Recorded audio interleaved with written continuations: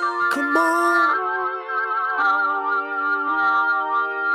Oh, all right.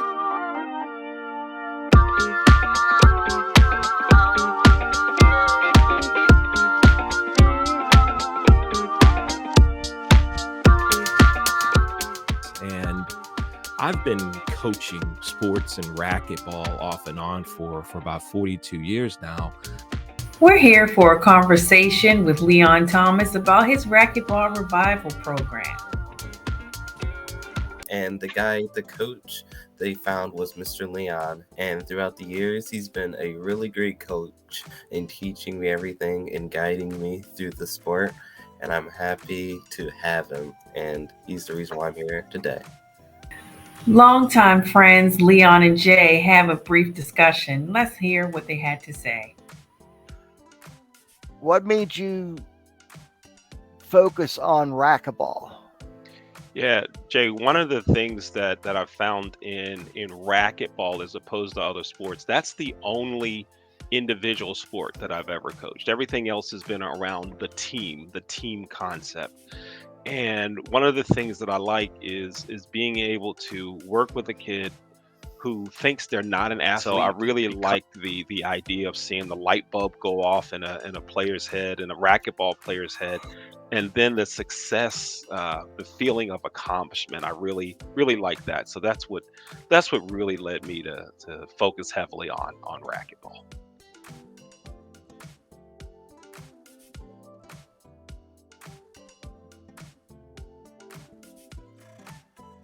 So your program, you and your students, some of the players on your team, joined Mr. Mike Haney in Wake Up Baltimore, a show that the LTG group produces, highlighting the tournament, the program, and getting a chance for the students, as well as some of their parents, to be able to talk and share with us what it is and how it's been an amazing experience to meet you and to be a part of Racquetball Revivals. They play a sport that is possibly not in the mainstream, but extremely difficult sport called racquetball.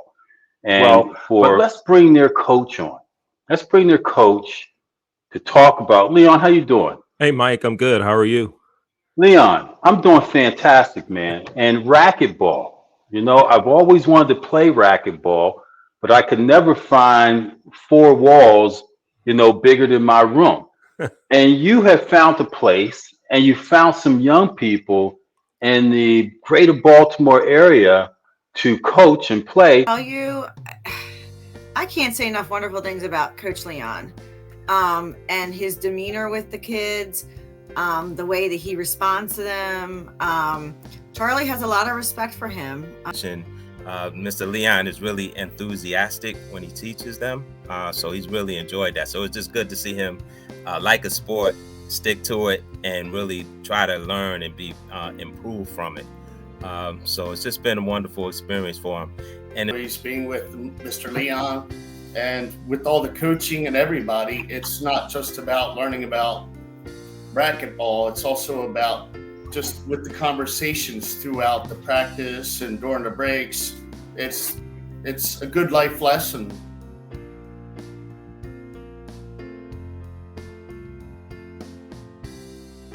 Let the listeners know, as well as myself, the article that USA Racquetball did in highlighting your program. Please. Yeah, it was a surprise to me, Lauren. Yeah. And then he calls me and says, we want to write an article about your program. We were impressed not only with the way your kids play, but their attitude, demeanor, the way they got along with each other off the court, the way they communicated with everyone else in the tournament. They were very helpful with us, and they officiated games, and they knew what they were doing. And I'm like, yeah, this is great. Thank you. He's like, well, we'd like to do an article about your program. I'm like, an article about our program? We're just doing what we do. He's like, yeah, but people need to hear about it. And so it was good to be a part of that. That is. Please tell us, how do you find the time? Tuesdays we don't do racquetball, because that's date night. Tuesday nights, Saturday afternoons, Saturday evenings, and Sundays after church. Those are date times with me and my girl, my wife, Maceria. But the big answer, Kelly, is that we can all find time to do things that are important to us. And coaching racquetball is something that I'm passionate about, and it's very important to me. And I see the way that it's impacting the kids in our program. And so when you see that, and the parents tell you stories about how racquetball has helped them academically and so forth, you just want to continue to do more. So that's my motivation for making time to do it. Not an easy sport, right? You're in a 20 by 20 by 40 room, 20 feet, left, right, 20 feet sealing the floor, 40 feet front to back, and you're allowed one ball bounce with a rubber ball. It's hard to play. You don't see many kids doing it, so it's a really cool sport. Hey, listen, man, that is awesome, man, that you've invested in these young people.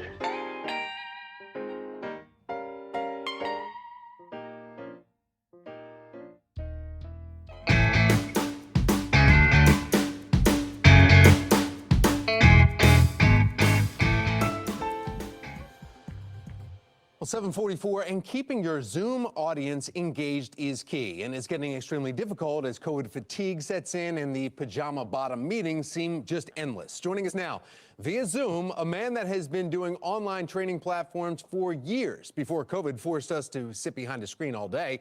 President of Leon Thomas and Associates, Leon Thomas himself. Good morning, Leon. Tom, good morning. It's good to be with you. Thanks for having me. Good morning. Good morning. Yes, bring in the energy. You also say laugh and learn are key. Yes, absolutely. We need to make learning fun. You see, when learning's fun, it's memorable. And when it's memorable, it sticks.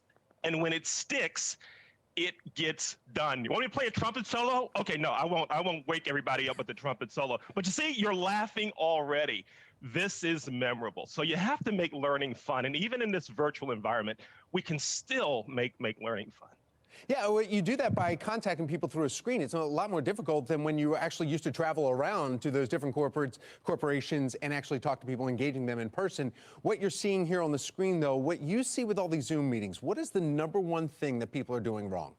The number one thing, and I'll combine kind of 1 and 1A. The first thing is folks aren't prepared. You get into the meeting and then the decision is made that I'm going to show a video or I want to show a PowerPoint and I want to do all these fancy things. So first is be prepared. And the second one that goes along with that, folks aren't practicing because everyone's doing Zoom or whatever the video platform is. Right. They think it's easy to do and that you can just show up at a meeting and just do it. You have to be prepared and you have to practice what you're doing. You just can't show up and expect the show to happen. So, Leon, how much preparation then do you need? Because, I mean, basically, let's just say a 1-hour Zoom meeting. How much preparation should we plan ahead before that 1-hour meeting? Yeah, when you think about a 1-hour meeting, you've got this. Folks are going to arrive, so you need to think about what time you're going to spend into the pre-arrival and the arrival conversation. So that may take 15 to 20 minutes of preparation time if you want to do it right alone. And then you have what you're going to do during the presentation. Have you learned how to run the video? Do you know how to transition from one speaker to the other? It takes a lot of time for a 1-hour meeting. If you're going to do it right, you should be spending at least that amount of time in preparation and practice if you want it to be effective. All right, Leon, real quick, where can we contact you to find out and get some lessons here on how we can get your energy and that humor? And then also, we can find out a little bit more about your ascots. Yes, you can find more about the ascots. Thank you very much. And I have 10 tips. Okay. Tips to make your meetings better. That can be found on my website. That's leonthetrainer.net. leonthetrainer.net. All types of information there. Contact me. Love to help you. And let's talk ascots, too. Let's talk ascots. Leon, thank you. We appreciate it. Thank you, Tom. Also inspired some to play like him, and that meant something very specific. Longtime friend Leon Thomas tells a tale. So I figured if I'm going to stay on the court, I got to do something to make the older kids like me, right? So the point guard on the team goes like this, as if to say, set a screen. So I go over and do it, and I throw like a Wes Unseld screen on somebody. that guy started calling me Wes. That was my nickname in high school. And while Jumper off the back of the rim, Unseld, the wrong rebound. First, I attended his basketball camp down at St. Mary's College and at UMBC. I was a camper there.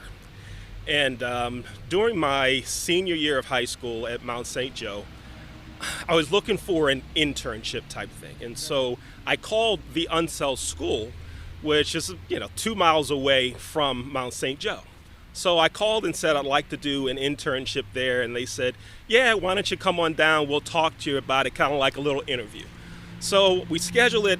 I show up at the school, walk into the door, and Wes is there, and he goes, hey, Leon, hey, how you doing, man? What's up?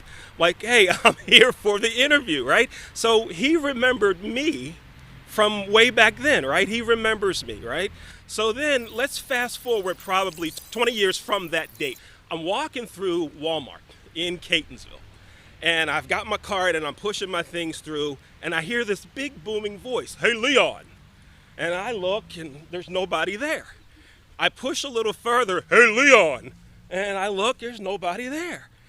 I go a little further, this big booming hand comes down and goes, boom, and goes, Leon. And I turn around and it's Wes Unseld. Now, at that point, I hadn't seen him in at least 15 to 20 years, right? And think, boom, here's an NBA Hall of Famer is playing hide and seek with me in Walmart, right? It was the coolest thing ever. And we chatted a little bit. Hey, how you doing? What are you doing now? Where do you work? You got a family and all of that stuff. We must have chatted for like 10, 15 minutes right there in Walmart. He was just the coolest down-to-earth guy you'd ever meet.